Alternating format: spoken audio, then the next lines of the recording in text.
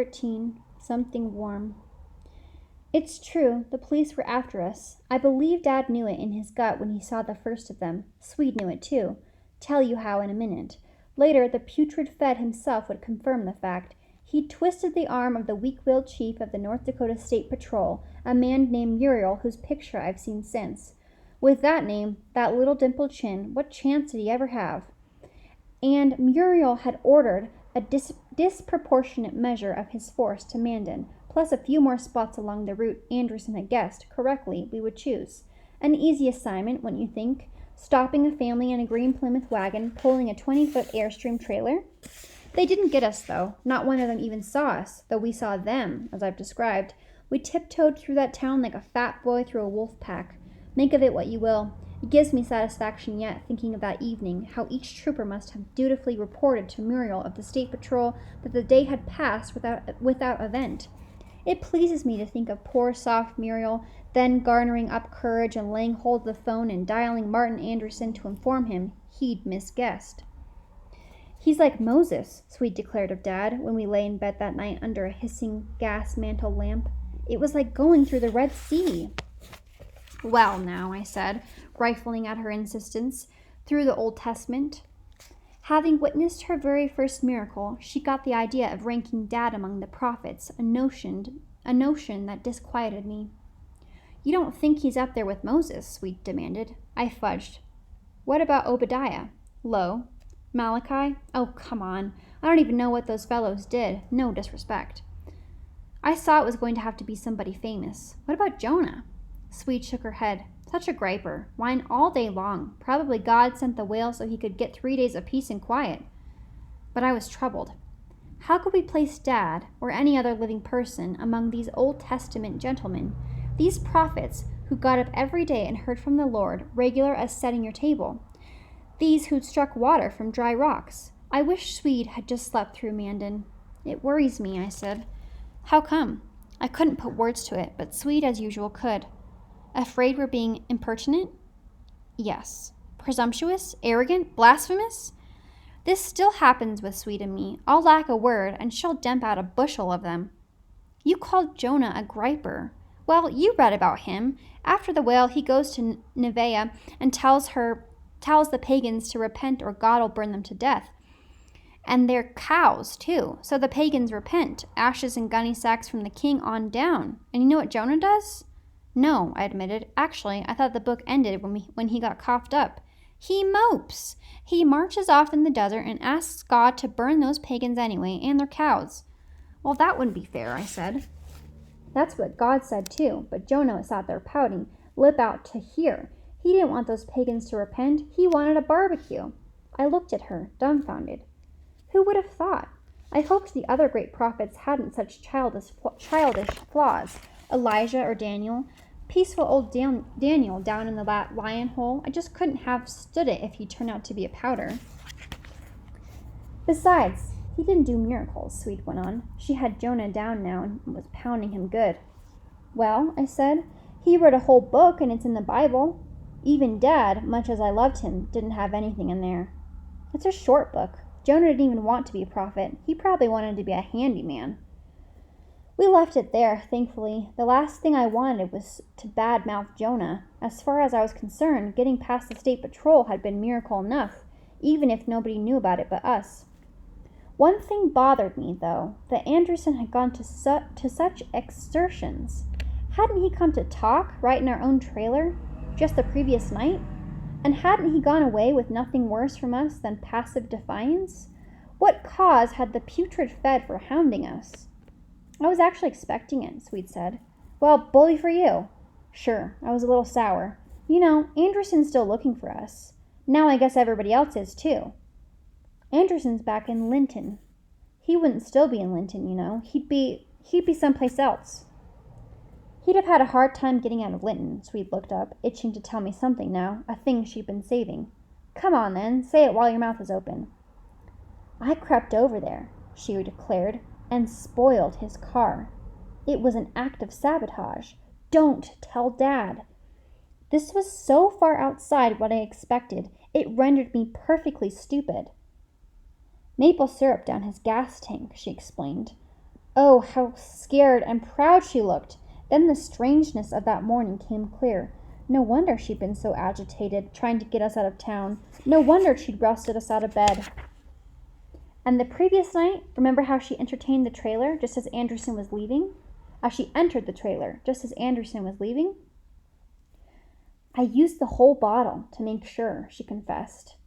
Well, no wonder she'd been against having pancakes. Meantime, we still hadn't got gas. We'd stopped 10 miles out of Mandan and parked in the lee of a shelter belt, poured in our spare 10 gallons, and driven west until Dad said he had to lie down.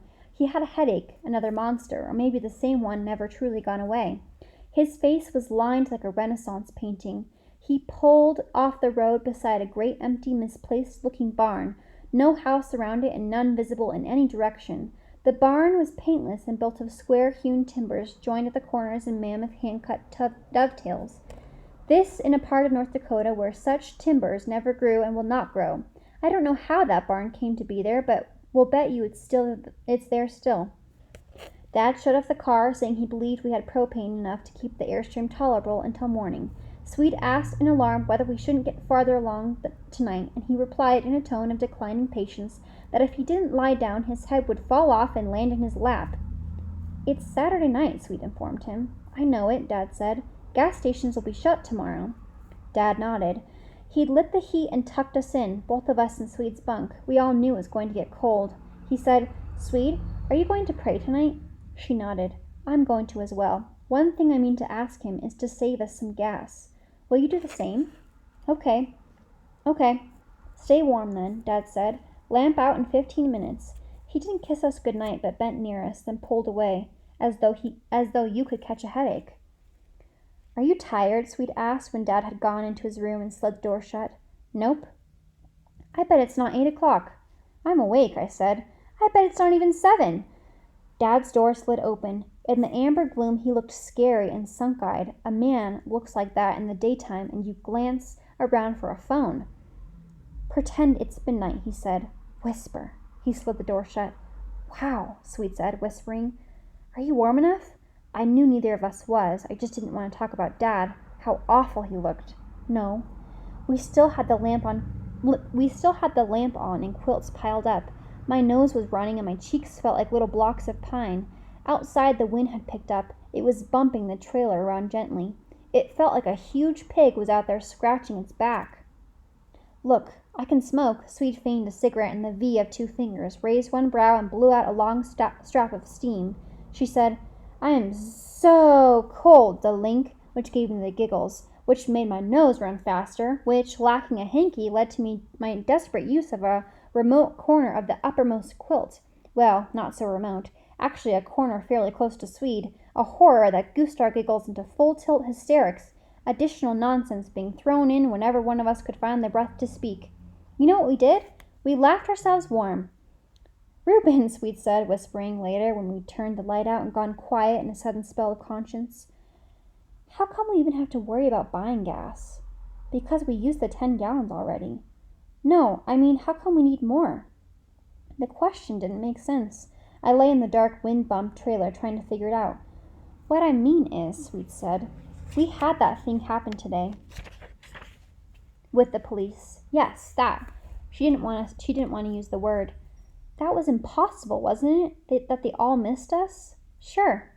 Do you think Dad prayed for that to happen? I don't know. He didn't shut his eyes that I noticed. Well, you can't shut your eyes while you're driving. Her lecturesome tone was annoying. Before today, what miracles had she ever seen?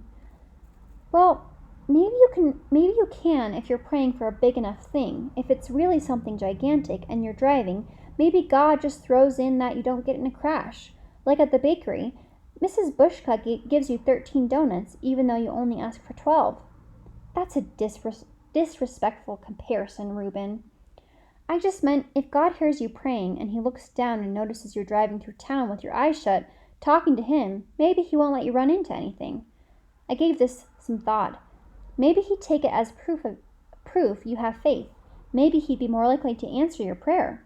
Swede said, so anytime I really want something from God, I should kneel out in the street and ask him so he knows I'm serious? I hadn't a reply for that.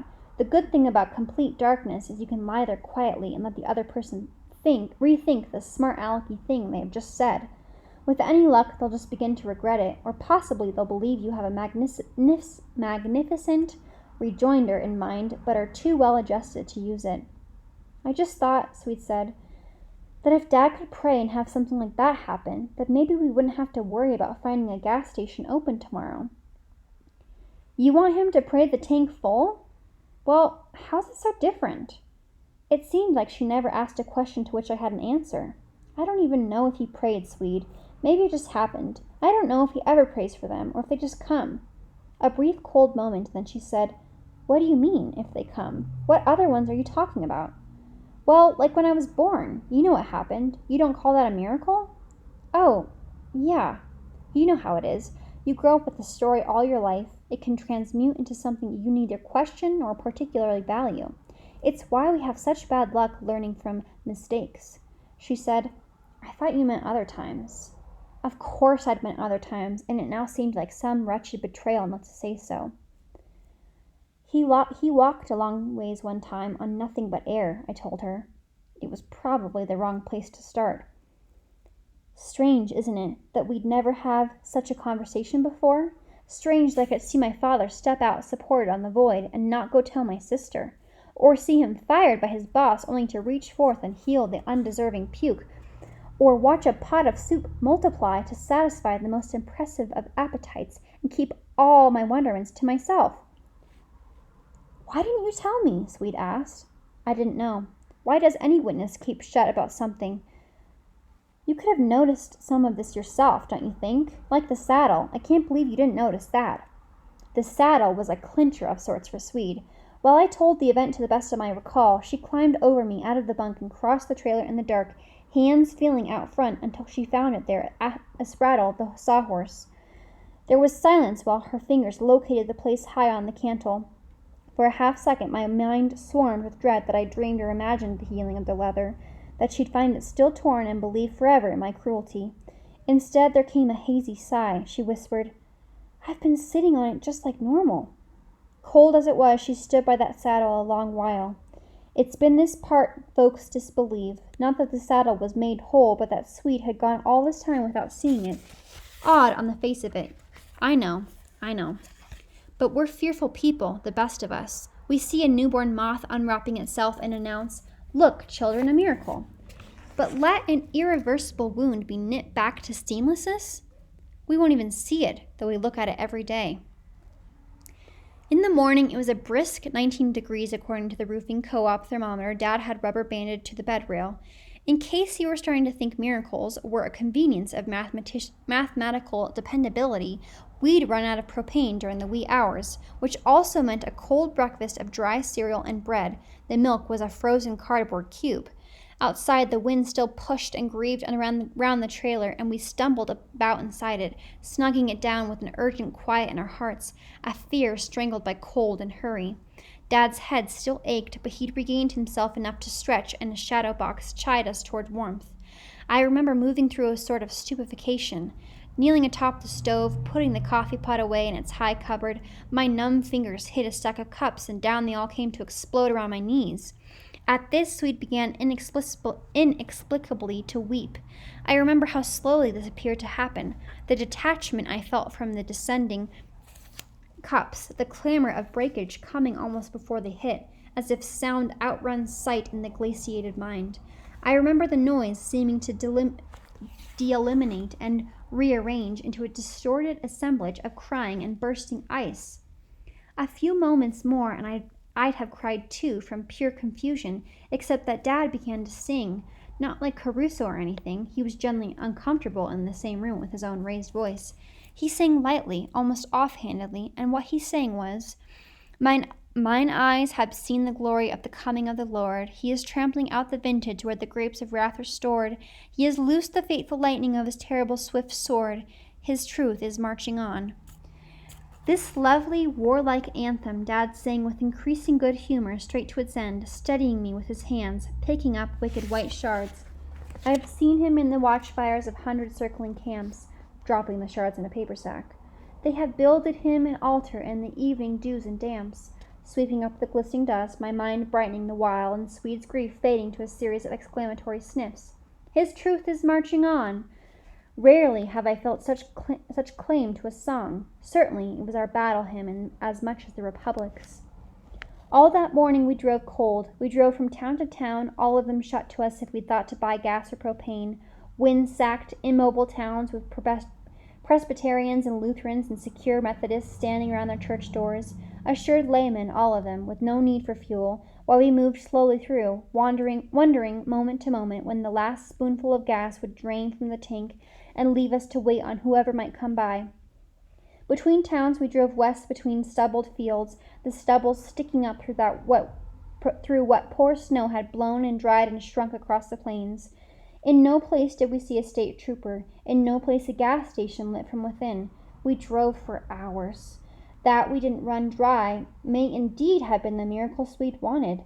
Nearing midday we began seeing what looked like mountains shorn off of the roots. Swede pointed them out as buttes or mesas and said it meant we were in the west for certain, a fact also evident in the presence of beef cattle and oil derricks, often the same pasture.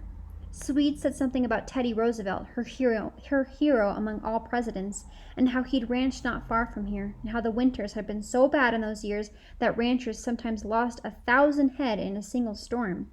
She had read a book about this, as you might expect. It was called Ranch Life and the Hunting Trail, and was written by Mr. Roosevelt himself. Swede said he was not only the best cowboy ever to live in the White House, but the best writer also. He was a friend to Owen Wister, to Frederick Remington. He credited the hardness of ranching in North Dakota with his recovery from asthma and numerous other griefs. This was good information, but not new to me. You couldn't be Swede's brother very long and not know the profits of the strenuous life. Just at that moment I was too cold to care. I shrugged deeper into my army woolens and watched our entrance into Mesa country.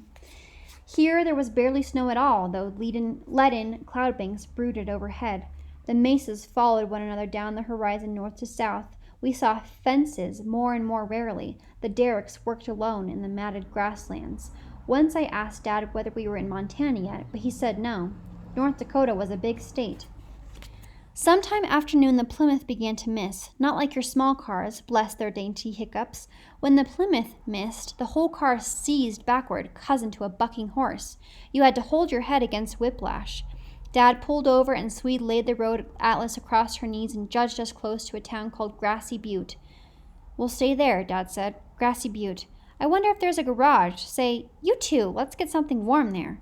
And you know, in that moment, I loved the old Plymouth and its cranky ticker, for something warm was just ahead and we were heading for it. Already I could imagine a cafe, that rare pleasure, with cocoa in a thick white cup. And the cafe would be so warm we'd all take our coats off. Honestly, Swede and I were so pleased we got giddy, poking each other as the wagon bucked along. Before reaching Grassy Butte, though, Dad spied a farmhouse with 2 pumps in the drive and a red and white sign out front saying, Dale's Oil Company. Another sign said closed, but a light was on in the house, and Dad pulled in, saying, I believe we might prevail on Dale. What do you think? Prevail on Dale, I repeated to Swede. To make a sale, she added, and if we fail, we'll wail on Dale, till he needs braille. Will you guys desist? Dad asked.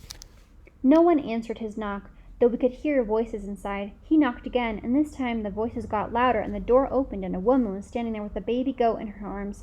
Just a little goat suckling at a bottle she held. She looked surprised at the 3 of us. It's Sunday, she said. We're shut. Is Dale here? Dad inquired. Sir, the woman informed him, Dale has not been here since November.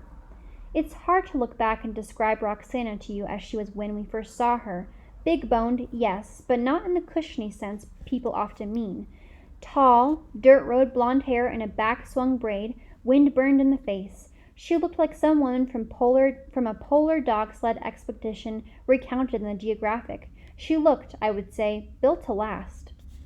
My sympathies, Dad said. Appreciated but gratuitous, the woman replied, and Swede would have loved her forever for that phrase alone.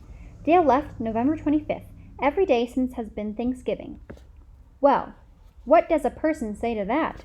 I watched Dad look down at his feet, smiling, one hand rubbing the back of his neck. The woman stood there holding her goat, which was yanking single-mindedly at the bottle. It let go once to bleat and bump her chest with its blunt nose. Dad looked up. Ma'am, I sure hope you'll sell us some gas. I know you'd rather not on a Sunday. At this moment, a better observer than me would have seen some acquiescence in the woman's eyes, some raising of the gate. I saw nothing of the kind, but Dad must have, for when she abruptly shut the door, he stayed right where he was. Swede started to talk, but he shushed her. The wind snapped our coats around our legs, and now it carried a few gnats of ice. From far inside the house we heard the goat's voice. Then the door opened again, and the woman came out in a parka with the fur up round her ears and walked fast ahead of us to the pumps. Check your oil, she said, while the tank filled. It's fine, Dad said. Swede and I had climbed back in the Plymouth, under our blankets. You mind if I don't do your windshield? The woman said. What's your name, if I may ask? Roxanna. The pump clicked off and she finessed it a little. You should change the sign to Roxanna's oil, Dad said. When it warms up, I'll do that. Roxanna's eyelashes and her furry hood were studded with ice bits, which strangely enough had a softening effect on her appearance. I think you'd do more business. It's a more attractive name, if I might say. You should have seen Swede during all this, sitting straight up, head tilted, a more transfixed rubbernecker you never saw. $5.50, Roxanna said. Dad said, I don't guess you'd have any propane. Roxanna Collie did have propane, in a bulk tank behind the house. We waited inside while she filled our cylinder. There was a glass counter with boxes of Butterfinger and Three Musketeers, alongside some Dutch Masters cigars and a clip display of Dr. Grabo's pipes. There was a gumball machine, a framed print of the Wild Bunch, the famous one where Butch sits happily on the far right, nearest the bullet holes, and there were 2 goats, Kid and Nanny, stabled in a bathroom behind the counter. Seeing us gawk, Roxanna opened the door to show the satisfied mother standing on a hummock of straw, the kid curled to sleep by a clawfoot tub. There was a basin of water and a crockery jar. It wasn't as dirty as you'd expect. The Billy lived in the barn out back. Roxanna said he didn't deserve to be in the house. He made smells only he himself seemed to enjoy. And anyhow, he'd be rejoined by his family as soon as the kid, Beth, got stronger. What's wrong with Beth? Swede asked. Born blind. Randy kept pushing her away from Mama. He wouldn't let her eat, so I moved them in here. Dad said, Who? Randy, the Billy. Ruffian, Swede said. Thug, miscreant. Roxanna smiled at Swede, who no doubt had been exerting herself toward that exact result. Knave, Roxanna said. Scapegrace, my sister replied. Oh, she was beaming. I had to take a step back and look at her. No show-off by nature, Swede seemed actually leaning forward toward this Roxanna Collie. I believe you could have dropped a plumb line proved it. Brigand, she sang out, at which Dad, in extreme befuddlement, herded us out the door, saying something about finding a place for the night. Turning back to Roxanna, he asked whether Grassy Butte had a garage or a motel. Garage is closed, the owners are drunk. The highway motel is right by the water tower. Dad held up a hand in thanks and shut the door. We hadn't made it back to the car when we heard it open again. Roxanna Collie was standing there looking thistly. Did I mention her knuckles before? This woman had worked. Or, if you'd like, she said, I have a couple of rooms.